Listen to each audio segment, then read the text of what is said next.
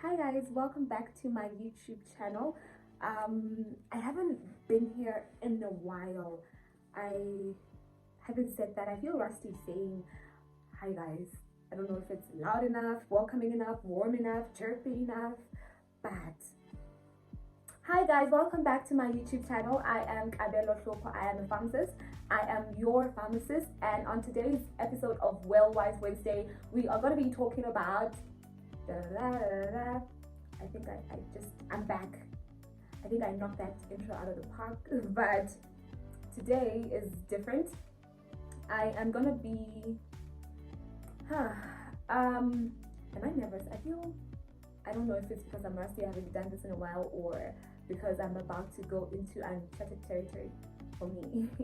I think this might be the second video that I decided to do on this channel that is about something other than vaginal health or tips or stories, advice with regards to how to take care of ourselves.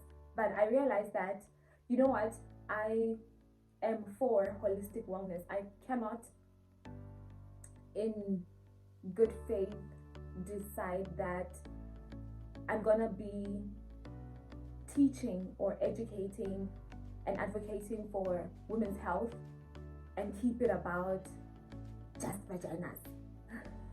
there's a lot I've learned about recently in doing this and opening myself up like this, but also meeting new people and having some people share their stories with me. I've become a little more open and soft, and for some reason I don't mind doing this video. If you told me 6 months ago that I could come on YouTube and decide to do oh hey guys, I've been away from YouTube for a while and it's because I haven't been okay video, I would have laughed at you. But let's get into today's video. I have been away from YouTube because I've been struggling with YouTube and how it's elements of doing this, the work that I do here, have found a way to sip into my life and take over.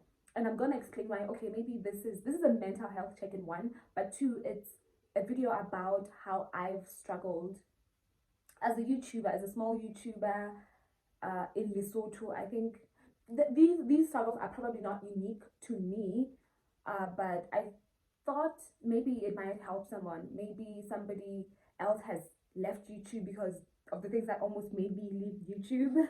But I'll be back. But before then, while I gather myself, I'm gonna put this video out there so that you guys know, as an accountability exercise also. So number one is the amount of work that goes into single-handedly running this enterprise. Like, it's an entire production, guys. It's a lot of work. And I work 6 days a week. I think a lot of you guys know this about me. I am a pharmacist, obviously. So I work Mondays through Saturdays. I work 8 to 5, and then on Saturdays it's 8 to 2. So that doesn't leave me a lot of time to do anything else really. So the editing, first of all, my channel is educational. So I have to research a lot of things. And because I'm a health professional, like, as my job outside of just this is not something I can do as like, oh, a chit chat video or girl talk video.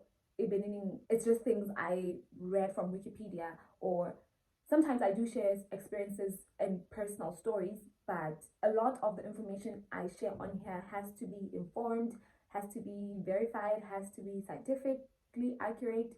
And so I have to read certain journals, I have to research in a particular manner and then break it down, essentially, because that's what this channel is about, to engage on a level where we can both deduce what we are supposed to learn and apply it effectively in our everyday lives. So I can't just be speaking about pseudomonas what or salmonella what or You know, all of those, why did I say salmonella and pseudomonas? Though I don't know why those came to mind, but there's things I can't just spew out and leave it at that. I have to research, find a way to make it palatable to anybody who comes across this video, be it a young 13-year-old girl who's about to start a period, or a middle-aged man who's deciding to be supportive to their partner and thus decides to educate themselves by watching a video. Like, whoever, there's a spectrum. And I consciously, and I made the commitment to do it in that way, and it's not been easy. I don't think I underestimated how challenging it would be, but I didn't fully comprehend how extremely difficult it could get. So that's been challenge one, is that more than just the time commitment, it's taxing. And sometimes I feel like, oh my god, I really do not have the time, and then I leave it alone. Number two is the financial commitment to doing this as a small YouTuber in Lesotho, which by the way is a country that's not a part of the YouTube partner program. I think that's what it's called. So what that means is you cannot get paid AdSense if you're in Lesotho, or you will not make any money from YouTube if you are in Lesotho, which is where I am.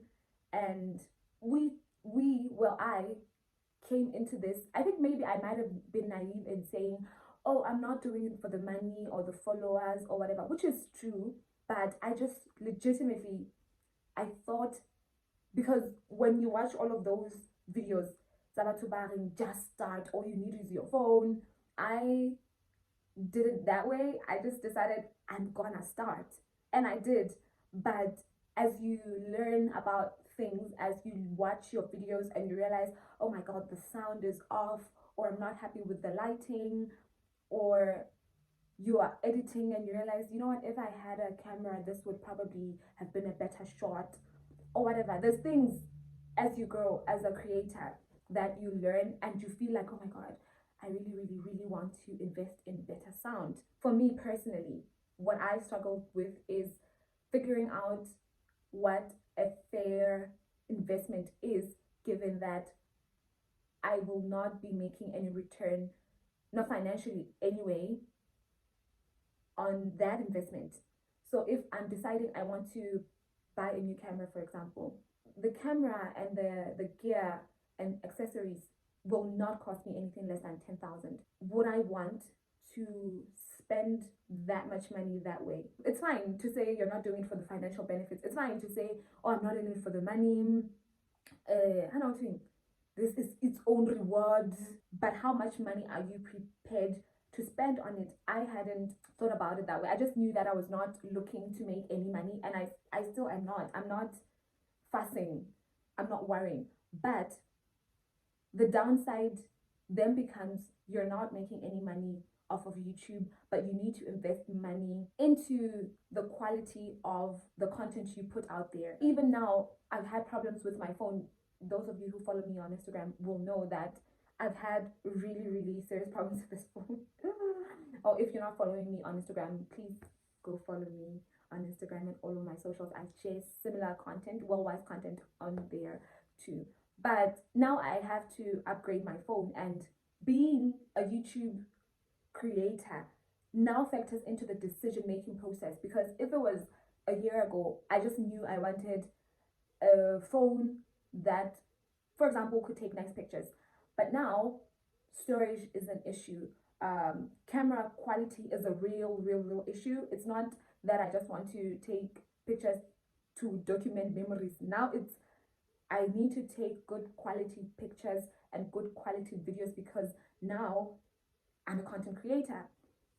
So now I need to spend a little more money than I probably would have if I was not doing YouTube. There's really some things that I really don't care for that I otherwise would not be doing if I was not a YouTuber. You get? And for example, I used to do well with the social media bundle because I'm not a big person, or at least I didn't used to be big on social media. Nearly 100 rand. and they used to last for a month. But now I have to have Wi-Fi, I have a router, I have all of these things because of YouTube. It's a monthly expense now. Like I spend a lot of money paying for that monthly Wi-Fi plan that I do not think I would have gotten if I didn't need to do so much research and I didn't need connectivity to upload my videos. And even then, it's not a good connection. But my point is, I am paying for things I wouldn't be paying for if I was not doing YouTube. And so when you say you're not doing this for the money, I think we need to be cognizant of these small things that are financial commitments that you are making when you decide you want to start a YouTube channel. I think I explained that a lot thoroughly because your money, yeah, guys, it's been. And then the third thing is I'm really bad at social media. I do not enjoy, and I recently discovered this about myself because I generally didn't used to care about social media. I'll pop onto Instagram after 3 months if I want to. I didn't used to use, I still probably don't use Facebook. I just go on there when I have a video and I am uploading, so I'm sharing the link. I love Twitter, so I'm on there. I used to use Yona, let me not slander Twitter. But to be on Instagram and to have to learn how to use Instagram for the algorithm, and you have to show up on your stories X number of times per day, or your posts and reels a certain number of times per week for the algorithm to pick up, and there's hashtags because now you're in a niche and you can't post like a bot, and you can't the things I've had to learn because now I'm a YouTuber and I have to do social media intentionally and do it well. I know it's so much work. I don't know, maybe people who do, other creators are aware of these things and they don't mind, like they are fully aware of what they are committing to when they say they are starting a YouTube channel. I didn't know about those things, guys, and I didn't want those things. I wanted to post a selfie or a meme on my stories maybe after 3 weeks, or if I'm feeling cute and I by chance happen to get a picture where I was feeling good, I could post after 3 months. You see, but now this thing of being intentional and being in a certain niche, meaning you have to post in a particular manner, learning about when your followers are most active, when is the best time to post. I knew I had to learn about those things for YouTube, but I didn't realize that I needed to learn about it on almost every other, well, not almost, Instagram mostly, because that's where most people who watch my YouTube videos follow me. So that was number 3, the amount of work that goes into the social media aspect of being a content creator.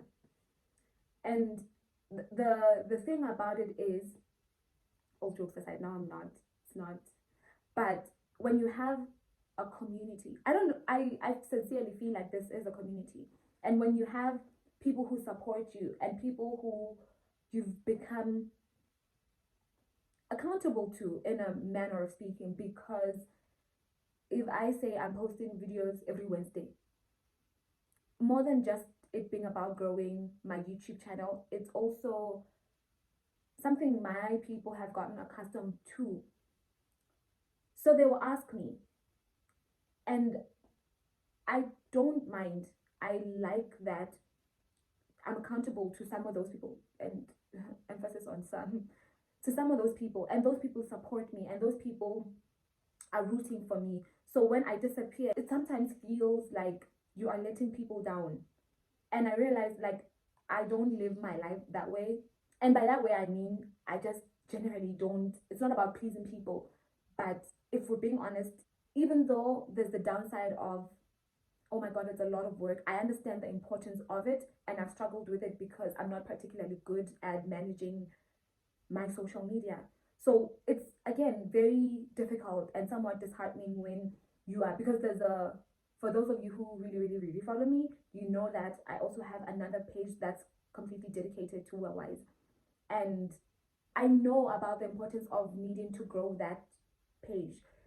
I know about the importance of building a community around what I'm doing here on YouTube, because this is um, more than just about being a content creator. There's a whole community I'm trying to build, and all of the awareness projects I do, all of everything I try to do through WellWise really needs for me to be working with other people, for people to recognize who I am, what the message of WellWise is. And the only or the most efficient way to do it in this day and age is by social media.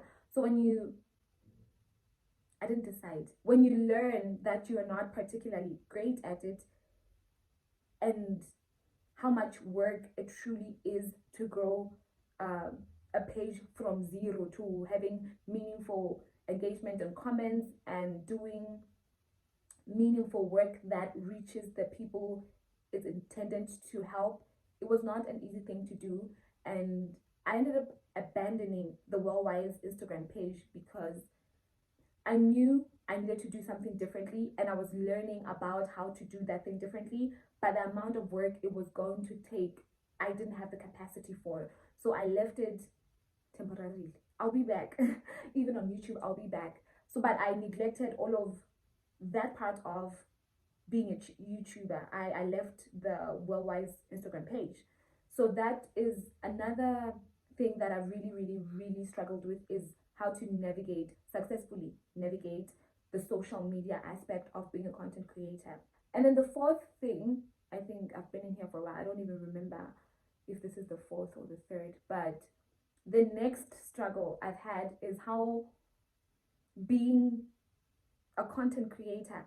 And I was strategic, guys. I'm a very smart person. Me, I just thought I was gonna speak about health, and since it's already my job, it wasn't A, gonna be difficult, but B, it was not gonna get personal.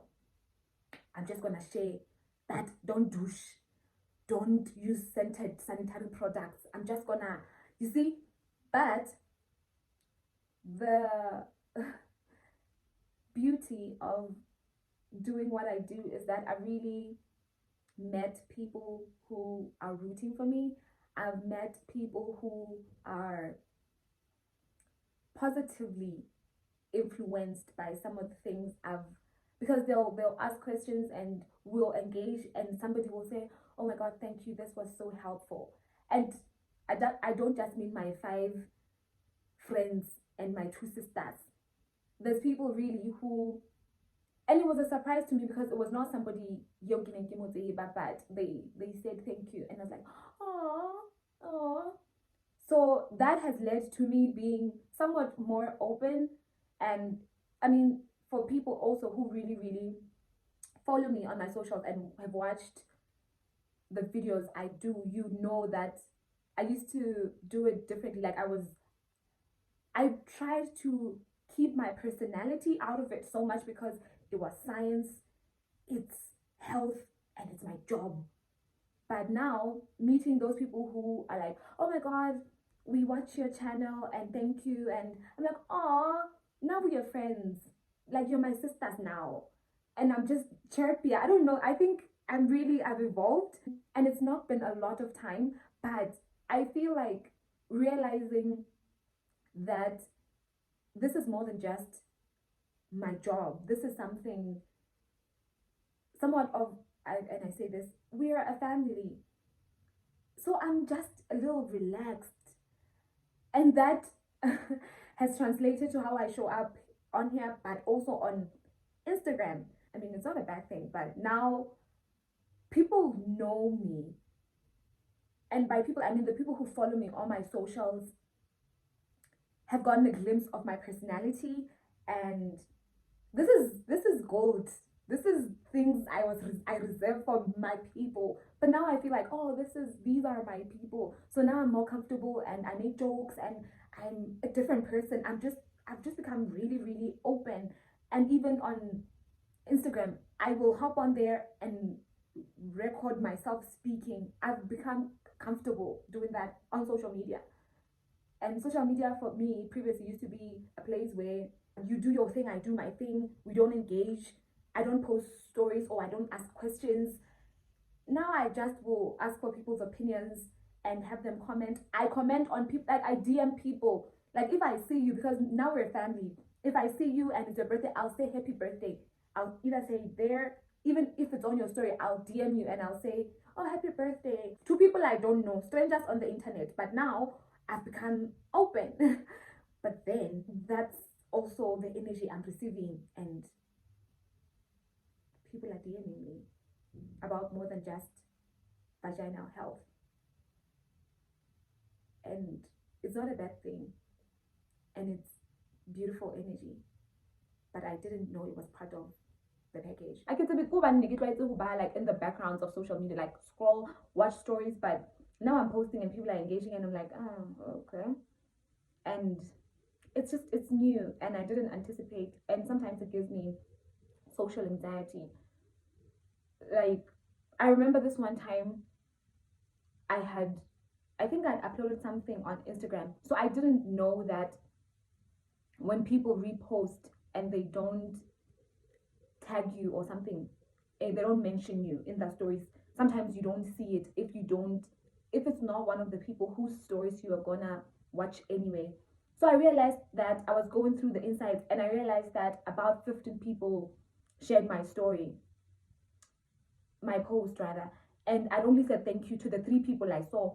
I spent that day feeling so bad and wondering if that didn't make me look conceited and what kind of person was I. And I beat myself up about that thing. And I realized I don't want this thing. I don't want to feel this anxiety. I don't appreciate this thing. I don't know why I was in my head about that thing, but I was in my head and I blamed it all on my YouTube channel, and it made me feel bad. And for a while, but that's neither here or there. So lastly, with mental health also, you want to do well. And I've said, and I know a lot of creators say, we're not doing it for the money, we're not doing it for the followers or the subscribers, and but even then, there's metrics you use to gauge, am I still on the right track? Are people receiving what I'm putting out there well? Do people enjoy my content? So far and so on. And sometimes it really is not looking too good, and that dents something, maybe esteem yourself, or it causes you to like pause and for 2 seconds wonder if this thing, am I doing it right, or is it worth it, or whatever. When you do YouTube and you are sure when you don't need external validation, for some reason it starts meaning something to you when a person says, oh, you did well, thank you, or you see the number of likes. And granted, sometimes we don't use those metrics to say, oh, you're doing well. Now when I put out a good video and I've shared, like, a lot of research goes into it, and I find information and I'm able to share it, that's a good day for me. But when people receive it well, that I would be lying if I said it didn't put a smile on my face. So sometimes when a video does not do too well, sometimes you do take it how not personally, not for me. I'm still able to say, oh, but that's just work, and maybe people already know about this, because for example with my vaginal thrush video, I didn't do as well as I had hoped it would, but I also know it's because that's a very common thing, and a lot of people on the internet, on YouTube, have spoken about it before. So you see. But I was also worried about, is this thing of YouTube now leading to me needing external validation to some degree? Like, why does it make me feel good when people say well done, or there's a thumbs up, say ding on my video?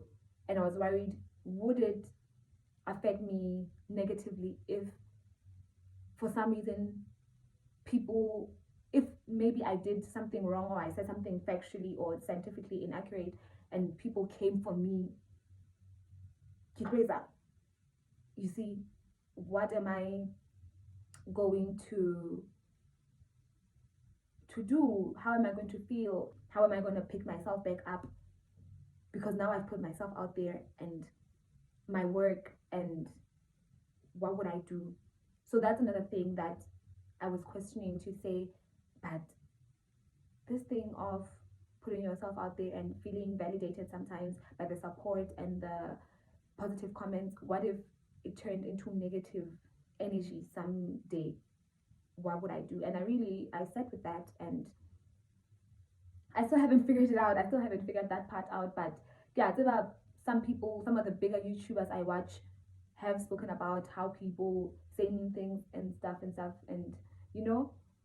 So I also thought about it. There's moments where I've wondered if this was the right choice for me, and also for how long was I gonna do it. Well, I haven't always thought about it like that, but now, having taken this break and seeing how much happier and lighter and more productive in other areas of my life I've become as a result of not having this other commitment, I've wondered if it would just be better for me to stop doing YouTube, because I enjoy my family, I love my friends, and I want to spend my Saturday afternoons with them, or with a good movie or a book, or going out to lunch. Guys, I'm sincerely, so I got to, if when I'm working out it's 5 in the morning, I'm back at 6 in the evening, to cook, to do all of those things, and to be healthy and fully functional in other areas of my life, and to get your 8 hours of sleep, and to research for the channel, and now to record, to edit. I hope this is cohesive. I say edit because I've said a lot, but I hope this helps someone. It could have been a journal entry, sincerely, but I just thought, what could it hurt to, during the month of mental awareness, be honest about some of my own struggles. So yes, this is probably it. I don't think I'm forgetting anything. I don't think I'm forgetting anything. There's more, honestly. Maybe I'll do a part two. Maybe I should do a part two. I'll think about it. Don't forget to comment. Don't forget to like. Don't forget to subscribe. Yeah, I said tell me some of your own struggles. Don't leave me out here hanging. So yeah, but share with somebody who's probably thinking about starting their YouTube channel in 2022. Maybe plug them and tell them, hey, it's not all roses and sunshine, but it's, when you have built something similar to what I have, and you have the support and, yeah, the community that we are as well. I don't, okay, yes, I must probably finish on this note that, you know what, guys, it's not easy. I've said this, I think this is the first time I'm saying this though, but I am so grateful. And I said in my video, the video I did that I took down from my channel about leaving my job and needing a break, it was similar to this, but that was a little darker, because Nikki go, like I was in it, going actively at the time. Yeah, I'll put it back on the channel, because I'm deciding this is a safe space for me. But sincerely, I've been struggling with finding a balance, yeah, this YouTube thing. And so to have taken this break from YouTube, it, it came as a result of a lot of things, and being open like this. And this probably doesn't feel like much to some people, but for me it's been such a big leap, getting here and sharing content, but it felt like I was opening myself up to so much.